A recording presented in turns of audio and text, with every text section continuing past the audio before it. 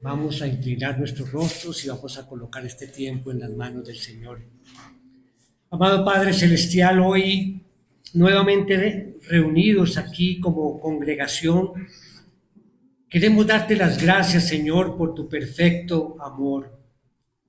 Ese amor redentor que se manifestó en ese gran regalo de tu Hijo Jesucristo.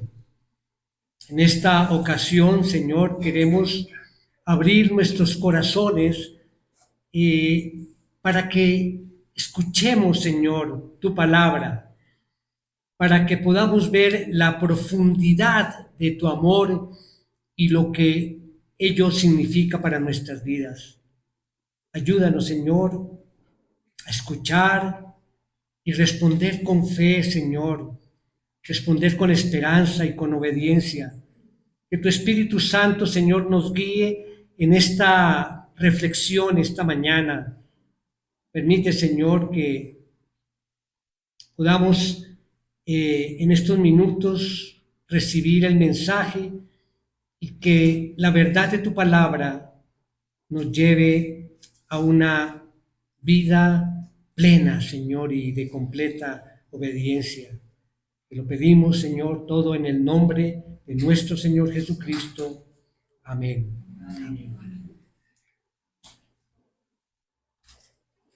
Sin lugar a dudas, el versículo 16 del capítulo 3 del Evangelio de Juan es el versículo más conocido y amado de toda la Biblia.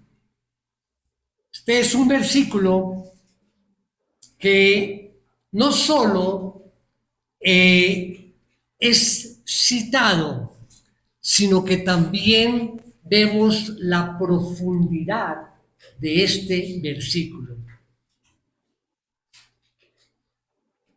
Tal vez de una forma poética, podría decir en una frase que este versículo, en él palpita el corazón del Evangelio. Allí vemos el inmenso amor de Dios por la humanidad caída. Un amor que no es solamente que se dice o se predica, sino que es un amor que demuestra la acción más extraordinaria de la historia. Dios dio a su Hijo unigénito para que todos los que creen en Él tengan vida eterna. Mis hermanos, es que podemos afirmar que las grandes realidades están representadas allí, en este versículo. Nos habla de Dios, del amor de Dios, de un mundo caído, del Hijo de Dios, de la fe, de la muerte eterna, de la vida eterna. Y yo pregunto, ¿qué puede ser más importante que estas cosas? ¿Qué puede ser más relevante o qué puede ser más significativo que el hecho de que nosotros podamos examinarnos y establecer el punto en que estamos delante de Dios a la luz de este versículo y del pasaje que vamos a estudiar esta mañana? Así es que la invitación, mis hermanos, es que abramos nuestros corazones al mensaje de Juan 3:16. Hoy lo extendemos hasta el versículo 21 y dejemos que la verdad, esta verdad que vamos a ver, nos lleve a una vida plena y eterna con el Señor. Así es que vamos a la palabra de Dios. Allí, Juan 3, vamos a leer del 16 al 21. Dice así la palabra del Señor. Porque de tal manera amó Dios al mundo que dio a su Hijo unigénito para que todo aquel que cree en Él no se pierda, sino que tenga vida eterna. Porque Dios no envió a su Hijo al mundo para juzgar al mundo, sino para que el mundo sea salvo por Él. El que cree en Él no es condenado, pero el que no cree ya ha sido condenado porque no ha creído en el nombre del unigénito Hijo de Dios. Y este es el juicio, que la luz vino al mundo, y los hombres amaron más las tinieblas que la luz, pues sus acciones eran malas. Porque todo el que hace lo malo odia la luz y no viene a la luz para que sus acciones no sean expuestas. Pero el que practica la verdad viene a la luz para que sus acciones sean manifestadas, que han sido hechas en Dios. Bien, con base entonces en este pasaje, en estos versículos, vamos a desarrollar nuestro mensaje. Vamos a ver 3 puntos y que están allí bajo el título del mensaje, que es la perfección del amor divino. La perfección de ese amor divino. Bien, como todos nuestros mensajes hay una idea principal. Esta idea, la que engloba en términos generales todo el mensaje. Y en esta ocasión la idea principal es la siguiente: el amor de Dios demostrado en el sacrificio de Jesús nos llama a responder con fe, a caminar en la luz y a vivir en una relación transformadora con Él. Bien, entonces vamos a mirar el primer punto. El amor que se demuestra con acción. O sea, lo que Dios ha hecho realmente. Este es el punto clave del mensaje y obviamente es el más extenso. Volvamos a leer los 2 primeros versículos de nuestra base bíblica en esta mañana. Porque de tal manera amó Dios al mundo que dio a su Hijo unigénito para que todo aquel que cree en Él no se pierda, sino que tenga vida eterna. Porque Dios no envió a su Hijo al mundo para juzgar al mundo, sino para que el mundo sea salvo por Él. Bien, en estos 2 versículos vamos a ver 4 cosas importantes. Primero que vemos allí es lo que Dios hizo. Para quienes toman nota, es el punto A. Lo que Dios hizo. Dice nuestro texto: porque de tal manera amó Dios. Amó Dios. Esa es la acción principal de todo el texto. ¿Qué significa? ¿O qué implica esto de que Dios amó? Encontramos el concepto del amor como un atributo de Dios. Y estuve mirando la teología sistemática de MacArthur y también la de Wayne Grudem, y encontré lo siguiente, que creo que son unas definiciones o unos conceptos muy válidos sobre ese amor de Dios inmensurable.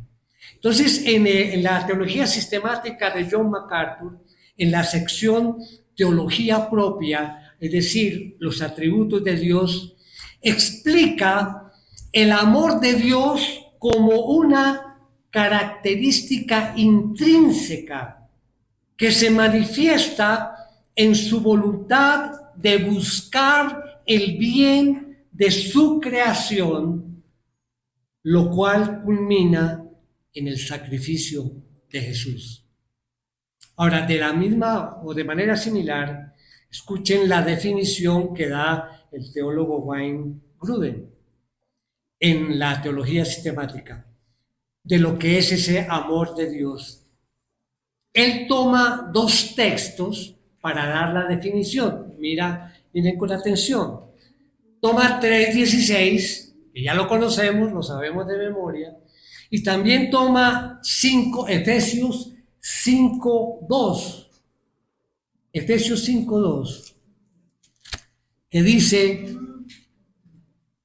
y anden en amor, así como también Cristo les amó y se dio a sí mismo por nosotros, ofrenda y sacrificio a Dios como fragante aroma. Entonces, tomando estos dos versículos, el 3:16 que dice: de tal manera amó Dios al mundo que dio. Y Efesios 5:2 dice: Cristo les amó y se dio a sí mismo. Entonces, con base en estos dos, Grudem dice lo siguiente, abro comillas: el amor de Dios es ese atributo que lo lleva a Él a entregarse a sí mismo para el beneficio o la bendición de otros. Termina allí la cita.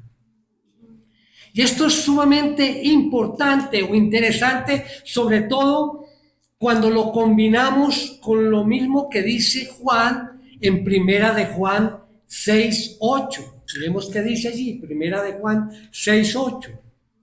Dice: el que no ama no conoce a Dios, porque Dios es amor. Dios es amor. ¿Qué significa esto? Significa que el amor de Dios es un atributo propio por naturaleza, por su naturaleza. Hay personas que son simpáticas, ¿verdad? Aquí, ¿cuántos podemos decir estamos en ese grupo? Digo que son simpáticas porque cuando llegan a alguna reunión a conocer a alguien, caen bien, ¿no? Caen bien. Y esto es parte de su naturaleza, ser simpático, ¿sí? Significa que esto no pueden cambiarlo, son así y son graciosos. Y bueno, no sé cuántos aquí estamos en ello. Y es la persona que se relaciona de una manera especial. Ahora, Dios, Él es amor. Por lo tanto, es inevitable que Dios ame, que Dios se dé Él mismo para bendecir o ayudar a otros. ¿Por qué? Porque Él es amor. Dios no es forzado a amar. Eso sale de Él de forma natural, porque es uno de sus atributos. Bien, eso es lo primero que vemos allí en estos versículos.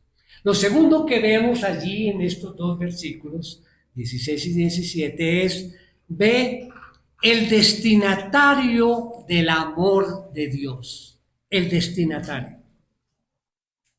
Dice: porque de tal manera amó Dios al mundo. Y aquí sí es complicado, mis hermanos.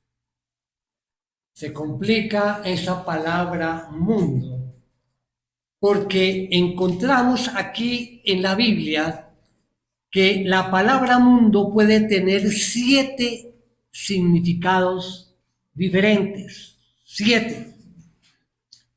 Obviamente no voy a entrar en detalle de cada uno de ellos, sería prácticamente otro mensaje completo.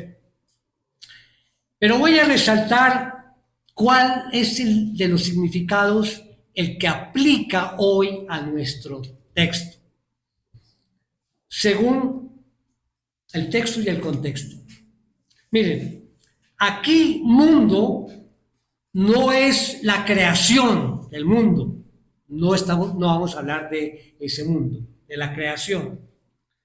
Tampoco mundo se refiere a un sistema anticristiano. ¿Recuerda que mencionamos los del mundo? Están allá, anticristiano. Sería contradictorio, ¿verdad? Juan dice, no amen al mundo. Allí en Primera de Juan. Dice, pero no estamos hablando del mismo mundo. Porque Juan dice, no amen al mundo, pero aquí dice, porque de tal manera amó Dios al mundo. Sería una contradicción. Entonces no estamos hablando de ese mundo. El mundo aquí se refiere básicamente a la humanidad. A la humanidad. Pero la humanidad, desde el punto de vista de la humanidad caída y en su pecado. Esa humanidad es la que vamos a hablar ahora como mundo. Una humanidad que está muerta espiritualmente. Una humanidad que está ciega o que anda en la oscuridad. El mundo del que estamos hablando es esa humanidad que está en esa muerte espiritual. Y miremos lo que dice el versículo 19 de nuestro texto. Dice, y este es el juicio, que la luz vino al mundo y los hombres amaron más las tinieblas que la luz, pues sus acciones eran malas. Entonces, ¿qué es el mundo? Es la humanidad perdida en su muerte espiritual, en esa oscuridad espiritual.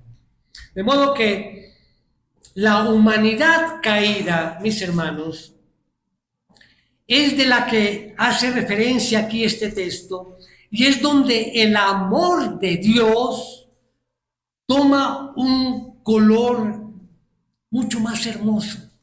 ¿Por qué?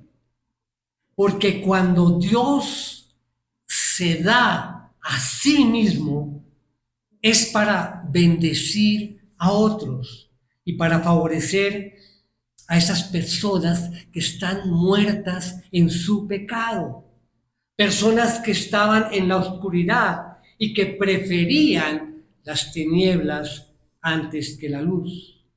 Y esto te incluye a ti y a mí, ¿de acuerdo?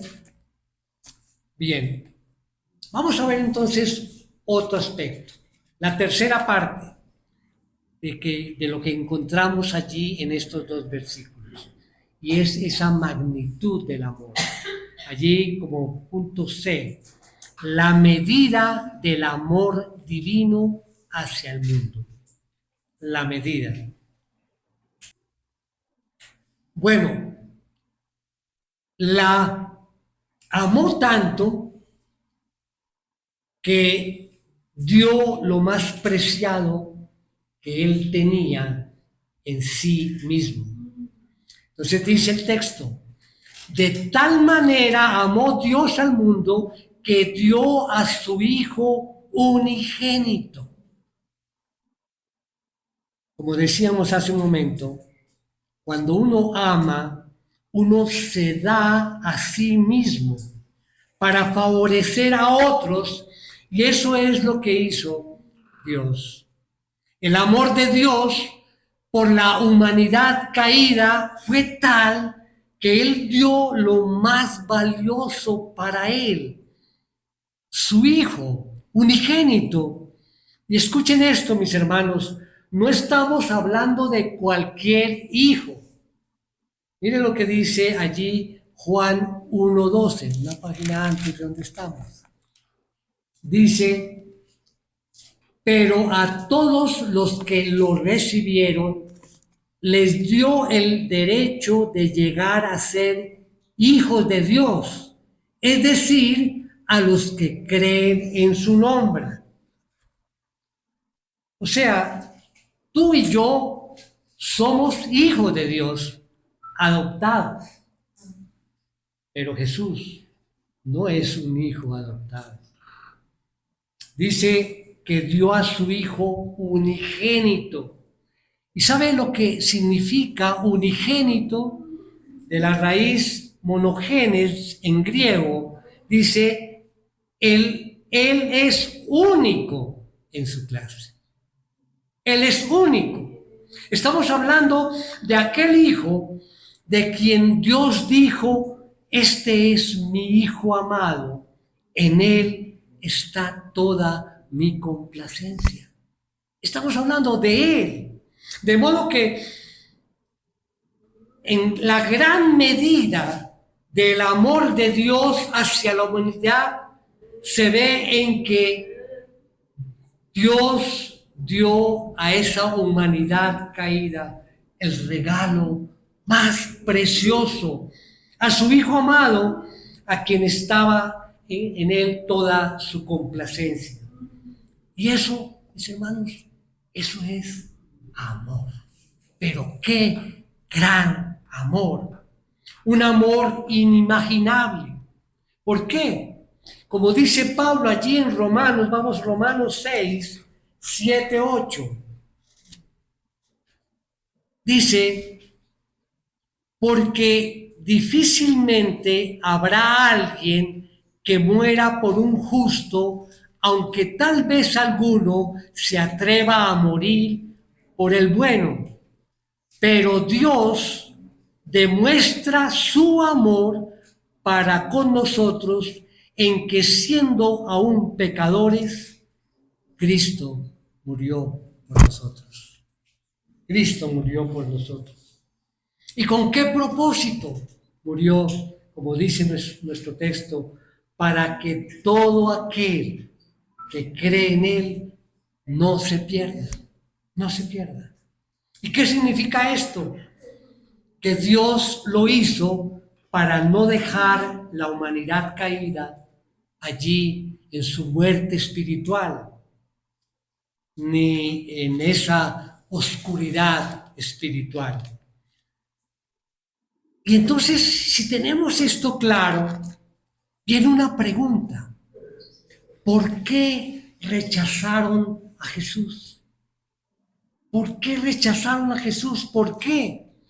Bueno, porque sus obras son malas, porque aman más las tinieblas. Y cuando el Hijo de Dios vino al mundo y fue rechazado, eso no fue lo que condenó al mundo. Escuchen bien, esto es muy importante. El rechazo no fue lo que condenó al mundo. Eso fue lo que demostró la condenación en la que estábamos. El rechazo fue la muestra de la condenación en la que estábamos. Volvamos a leer el versículo 19. Y este es el juicio, que la luz vino al mundo y los hombres amaron más las tinieblas que la luz, pues sus acciones eran malas.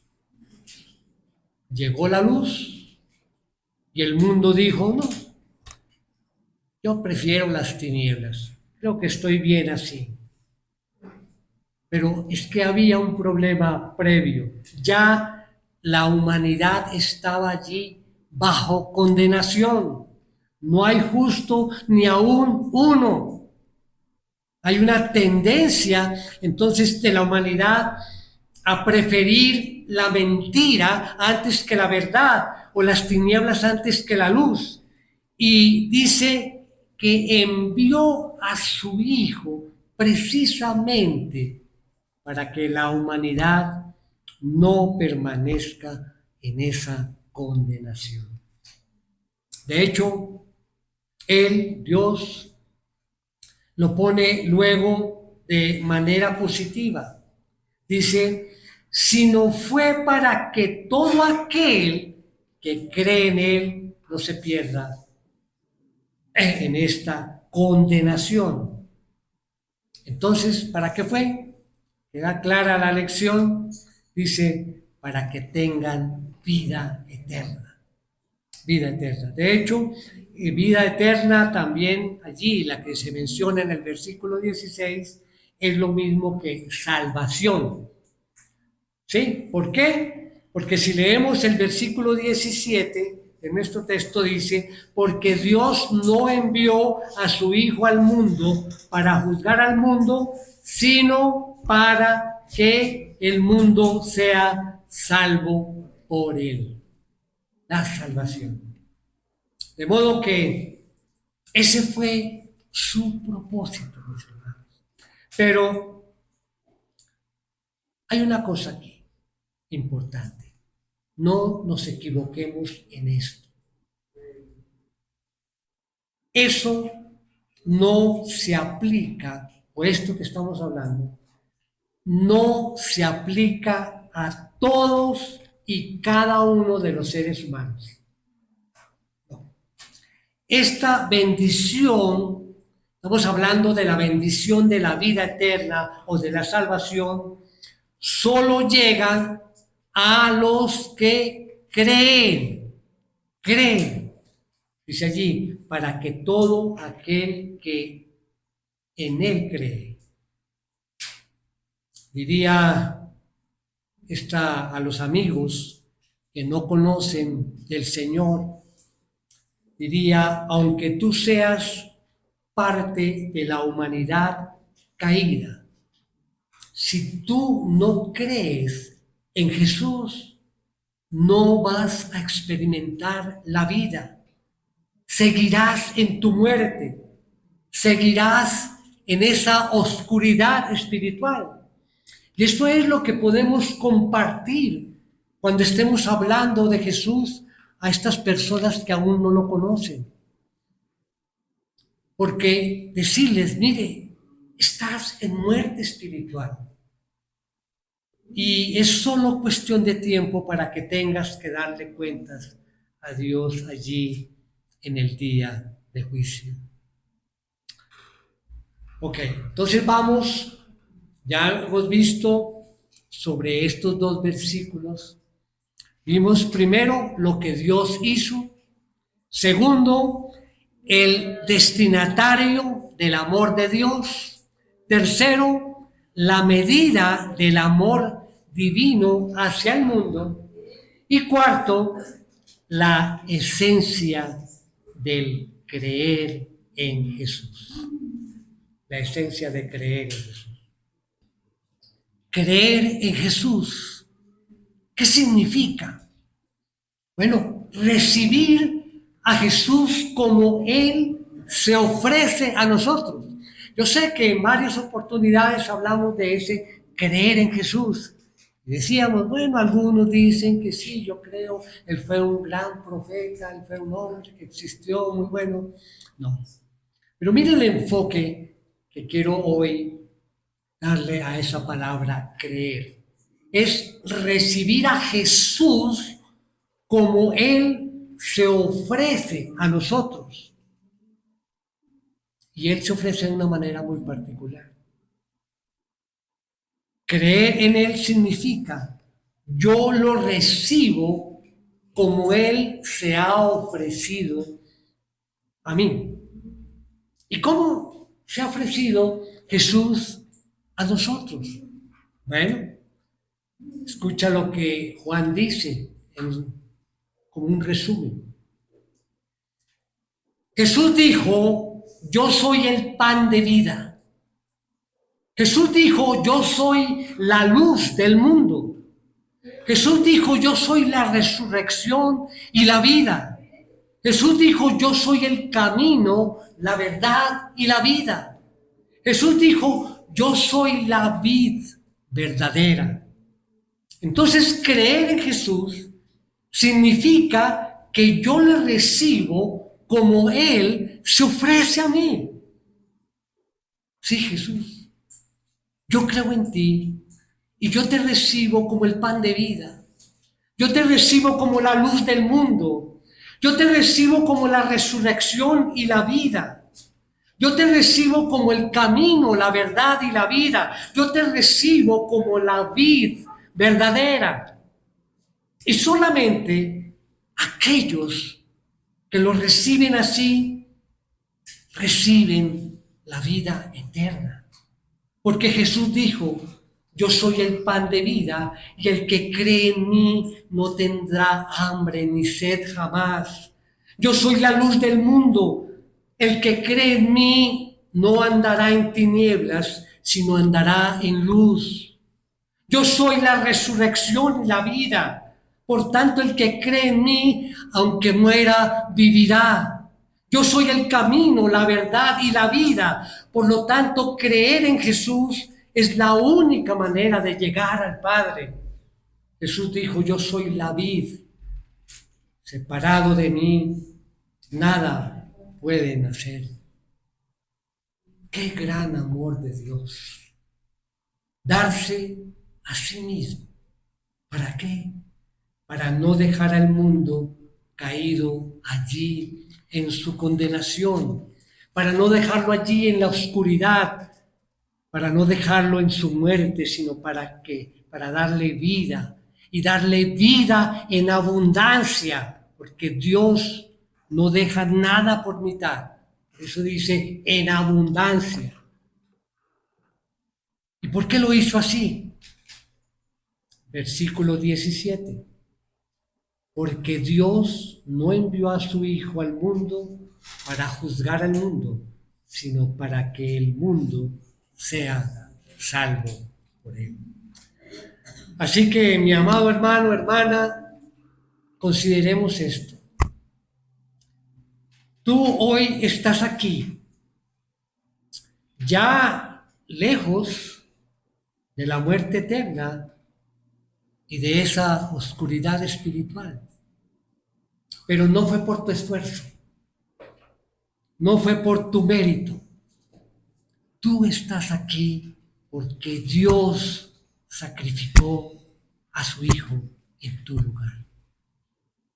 Y esto nos lleva al segundo punto del mensaje, que es la respuesta humana al amor de Dios. Recordemos la idea principal.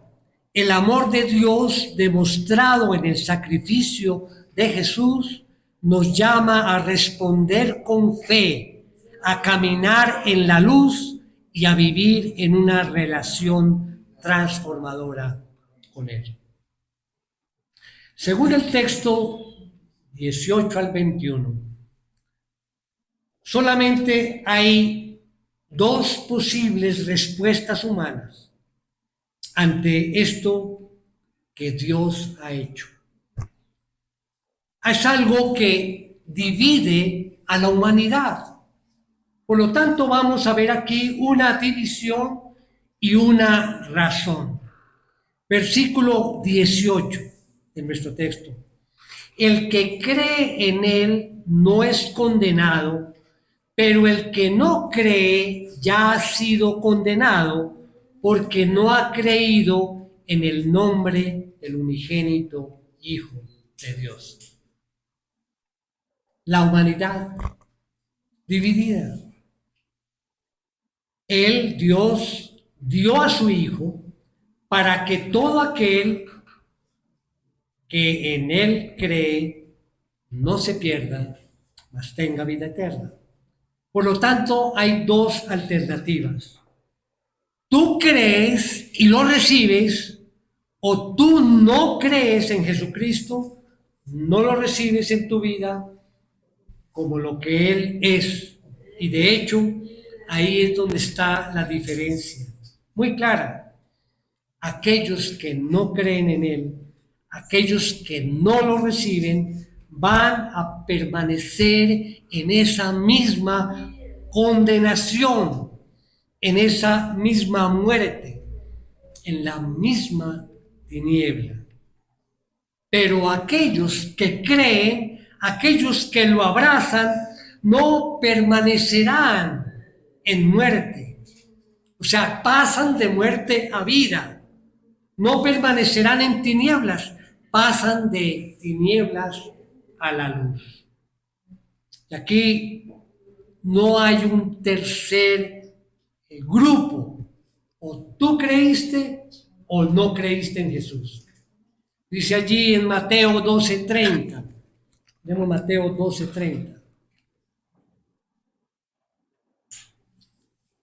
El que no está a favor mío está contra mí. Y el que no recoge a mi lado, desparrama. El que no recoge a mi lado, desparrama.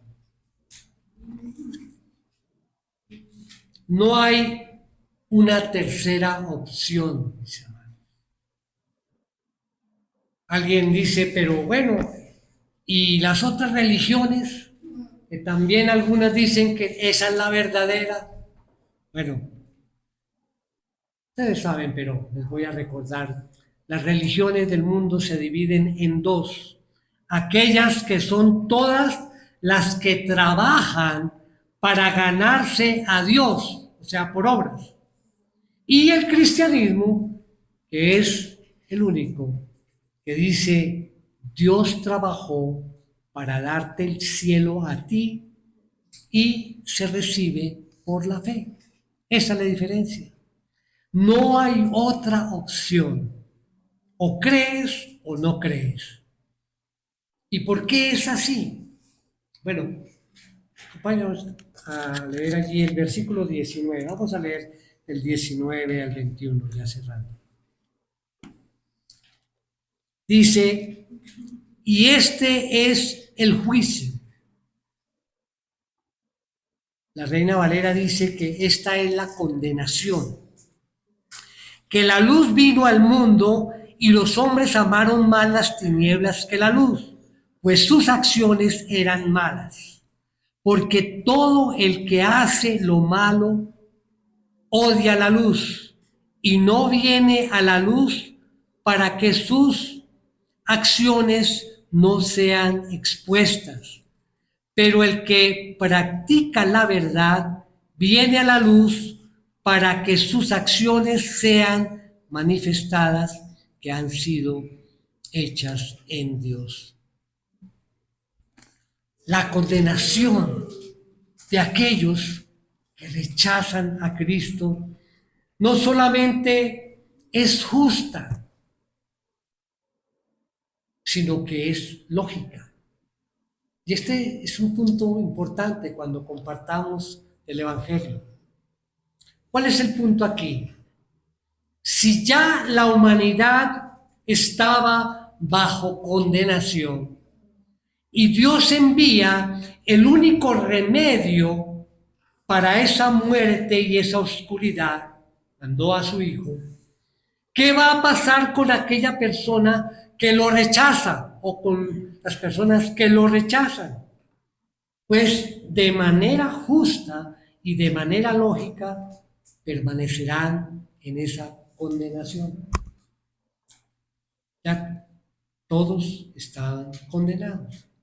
Ahora, la razón por la cual muchos no quieren a Jesús en su vida no es por la falta de evidencias, por supuesto que no, todo lo que tenemos allí en su palabra. Es porque aman su pecado. Caso cerrado. Es porque aman su pecado. Amamos el pecado de tal manera que cuando viene Jesús, que es la luz, no me interesa. Yo estoy bien aquí en mis tinieblas.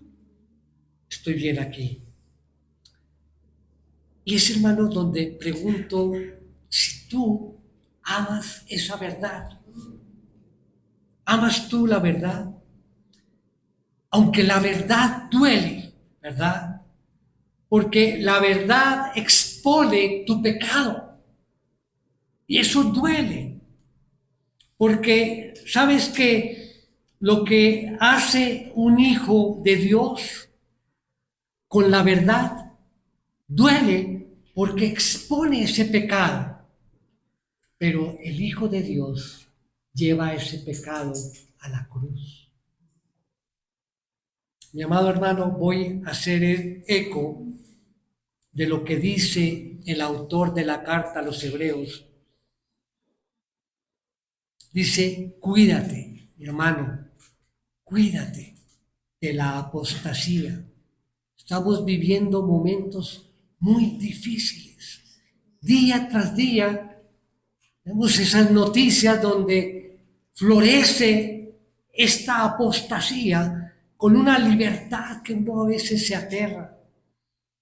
Por eso nos ha tocado vivir en estos tiempos y muchos están abandonando la fe. Muchos de nosotros abandonan la fe o se alejan, se apartan y se enfrían y allí están, lejos, bordeando la oscuridad. ¿Saben lo que dice el autor de Hebreos? ¿Cuánto mayor condenación recibirán aquellos que pisotean la sangre del Hijo de Dios? Tomen nota allí, en Hebreos 10:29 dice.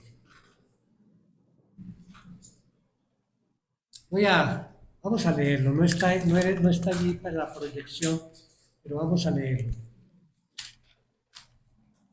Busquemos Hebreos. Estamos hablando de Hebreos 10:29.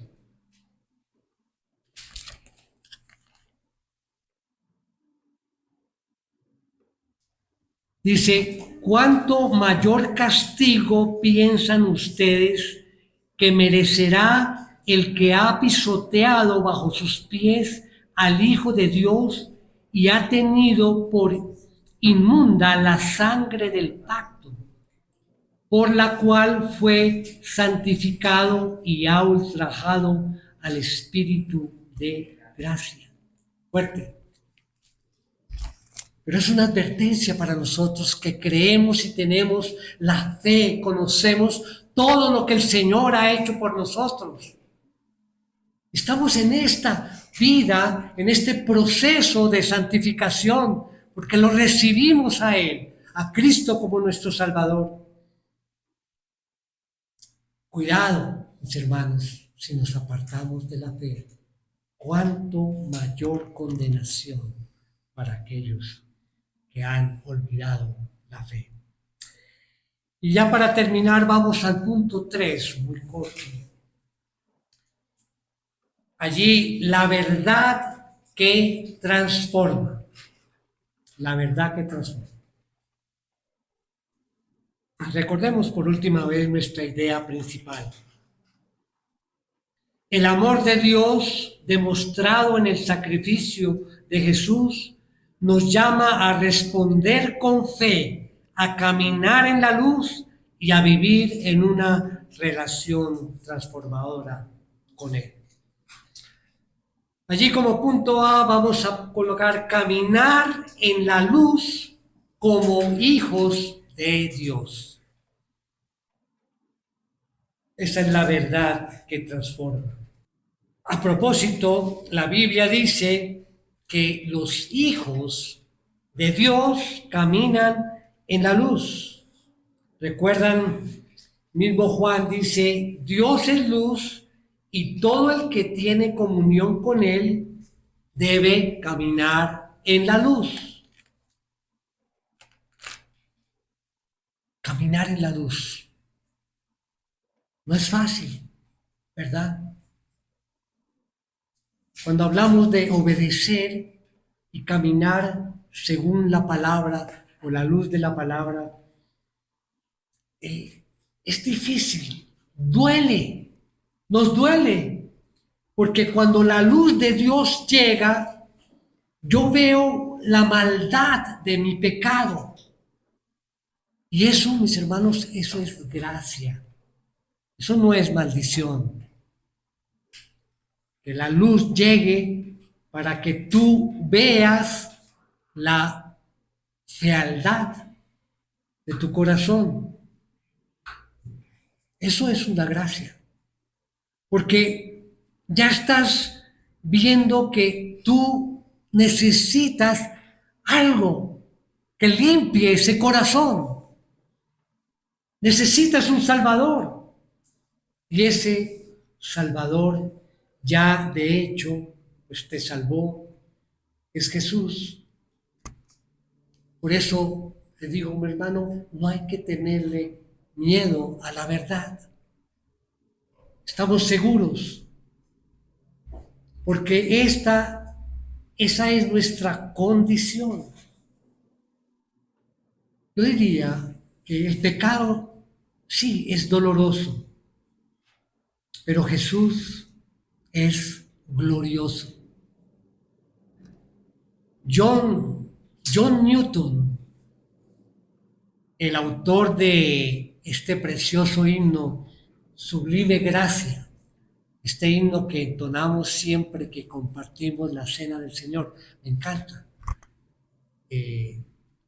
Él, pues su vida no era muy conocida, a pesar de ser un hombre que nos dice John Piper, fue tal vez el calvinista más feliz de la historia, ¿sí? John Newton, el calvinista más feliz de la historia. Interesante ahondar un poco en ello. Bueno, pero ¿qué dice John Newton? Dice, aunque mi memoria se está desvaneciendo, recuerdo dos cosas muy claramente. Soy un gran pecador y Cristo es mi gran Salvador. Termina allí la cita.